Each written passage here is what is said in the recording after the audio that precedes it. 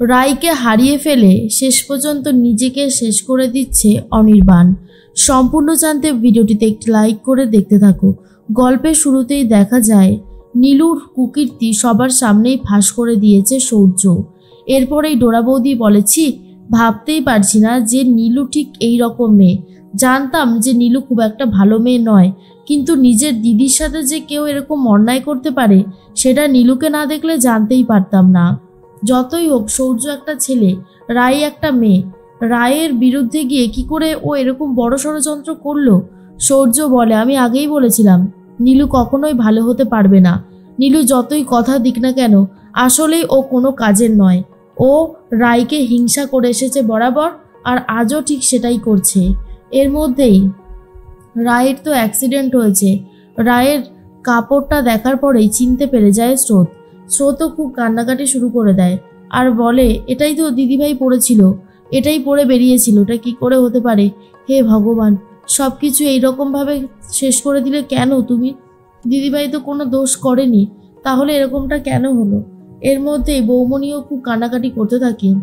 তখনই নন্দিতা বলে, কিরে কি হয়েছে, ওটা কি রাই? তখনই স্রোত বলে, হ্যাঁ মা, ওটাই হলো দিদিভাই। ওর শাড়িটা দেখে আমি চিনতে পেরেছি, আর হাতে তো শাখা পলা পড়েছিল। মনে মনে স্রোত ভাবতে থাকে, দিদিভাই এইভাবে নিজেকে শেষ করে দিল, এটা কেন করলো? এটা কিন্তু করাটা একদমই ঠিক হয়নি। না না না, এটা হতে পারে না, এটা কিছুতেই মেনে নিতে পারছি না। আমি কি করে মেনে নেব এত বড় সত্যিটা যে দিদিভাই আর বেঁচে নেই? অন্যদিকে অফিসার বলে, দেখুন আপনারা একটু শান্ত হন, আপনারা যদি এরকম ছটফট করতে থাকেন তাহলে কিন্তু হবে না। এর মধ্যেই নন্দিতা বলে, অফিসার আপনি আমাকে অ্যারেস্ট করুন, আমি মা হয়ে ওর উপরে টর্চার করেছি। হ্যাঁ অফিসার, আমি সবটা স্বীকার করছি, আমার নিজের অপরাধের কথা আমি স্বীকার করছি। আর এই যে সূর্য, এই যে অনির্বাণকে আপনি অ্যারেস্ট করেন। ও আর ওর বাড়ির লোক সবাই মিলে আমার মেয়েটাকে ভুল বুঝেছিল, বিয়ের পরের দিনই বাড়ি থেকে বার করে দিয়েছিল। আমি বলছি ওকে আপনি অ্যারেস্ট করুন। এর মধ্যে অনির্বাণ বলে, মা এসব আপনি কি বলছেন? নন্দিতা বলে, কেন, ভুল কি বলেছি? তুমি বলো না, আমি কি ভুল কিছু বলেছি? কোনো ভুল কিছু বলিনি, যা বলেছি সেটা একদম ঠিক কথাই বলেছি। একটা কথা মনে রেখো, তোমরাই বেশি করে বারবার করে প্রমাণ করতে চেয়েছিলে রায়ের চরিত্র খারাপ। আমরা তো অবিশ্বাস করে ভুল করেইছি, কিন্তু অবিশ্বাস করতে বাধ্য করেছিলে তুমি বাধ্য করেছিলে।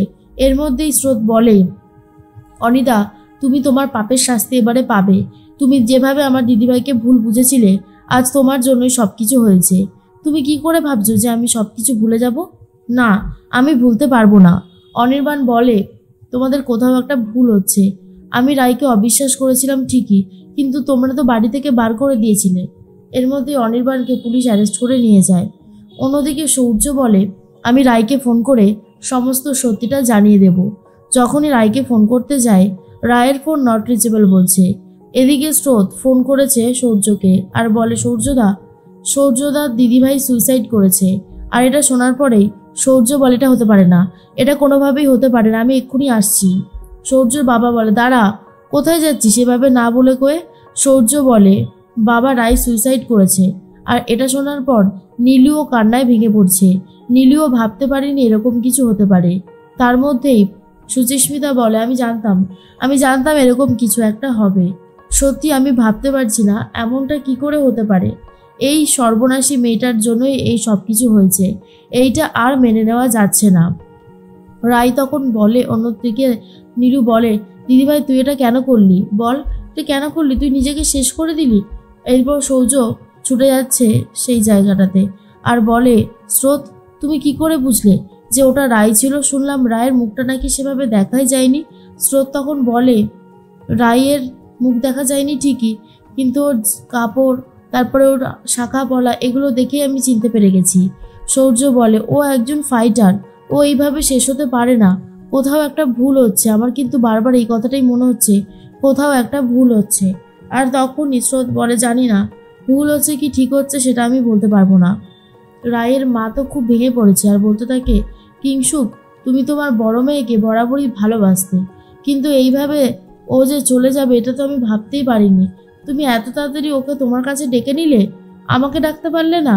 ও তো চলে গেল, এবার আমরা কি নিয়ে বাঁচবো? কিংসুক, আমি অন্যায় করেছি। আমি রায়কে ভুল বুঝে অনেক বড় অন্যায় করেছি। এর মধ্যেই সুচিস্মিতা বলে, ছি নীলু, ছি, তোমার কাজবাজ এতটাই খারাপ যে তুমি এইরকমভাবে একটা মানুষকে মেরে ফেললে। কি করে করতে পারলে এমনটা? আমি তো ভাবতেই পারছি না যে তুমি এইরকম একটা কাজ করেছো। নীলু বলে, সত্যি আমি বুঝতে পারছি না যে দিদিভাই কি করে এটা করতে পারলো। আমি ভুল করেছি। আমি সৌর্যকে কাছে পাওয়ার জন্য এই কাজটা করেছিলাম। এর মধ্যেই অনির্বাণের বাবার কাছে খবর আসে অনির্বাণকে অ্যারেস্ট করা হয়েছে। তখনই সবটা জানতে পারে প্রসেনবাবু। এরপর সৈনী বলে, কি হয়েছে প্রসেন, তুমি আমাকে বলছো না কেন? প্রসেনবাবু বলে, আসলে রায় সুইসাইড করেছে, অনেকে পুলিশ অ্যারেস্ট করে নিয়ে গেছে।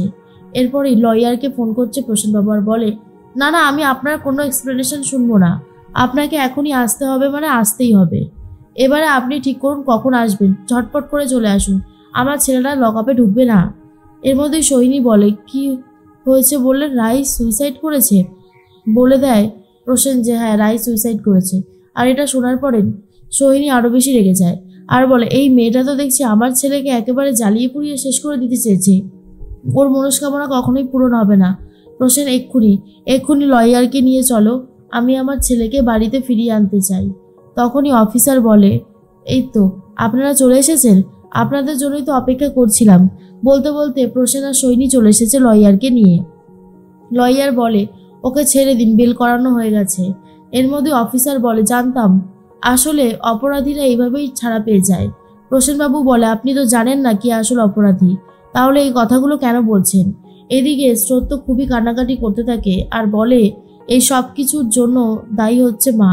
তখনই সৌর্য বলে, তোমরা জানো এই সব কিছুর পেছনে কে রয়েছে? এই ছবিগুলো আসলে কে বানিয়েছিল? নীলু। আর এটা শোনার পরেই বিক্রমও ভেঙে পড়েছে আর বলে, আমি জানি যে নীলুটা সহ্য করতে পারে না রায়কে, তাই বলে এত হিংসা যে মেরে ফেলবে। হ্যাঁ, এমন কাজ করলো যে মেরেই ফেললো। আমি বুঝতে পারছি না আমি নিজেকে কি করে সামলাবো। তার মধ্যেই চরকি বলে, আচ্ছা মা, বড় পিপি কখন আসবে? তখন মিষ্টি বৌমনিও চরকিকে সঠিক কথাটা জানাতে পারে না, কারণ সত্যিটা যে অনেক বেশি কঠিন। এর মধ্যেই সৌর্য বলে, আচ্ছা আপনাদের চিনতে কোথাও ভুল হয়নি তো? আমি কিন্তু বারবার আপনাদেরকে একটা কথা বলছি। স্রোত বলে, না গো, ভুল কিছুই হয়নি, যা হয়েছে সেটা একদম ঠিকঠাক, আর এটা ভুলের কোনো জায়গাই নেই। সৌর্য মনে মনে ভাবে, এইভাবে রায় চলে গেল। অন্যদিকে অনির্বাণকে তো বেল করিয়ে বাড়িতে নিয়ে গেছে। অনির্বাণ বাড়িতে গিয়েও আর শান্তি পায় না, বারবার করে ছটফট করে বলতে থাকে, রায় রায়, আমি বুঝতে পারিনি তুমি আমাকে সত্যি কথা বলেছিলে। আমি আর বেঁচে থাকতে চাই না, আমি তোমার কাছে যাব, ওপরে গিয়ে আমরা দুজনে মিলে একসাথে সংসার করব। এখানে তো আর সংসার করা হলো না। এই বলেই রায়ের কথা ভাবতে ভাবতে অনির্বাণ নিজেকে শেষ করতে চাইছে।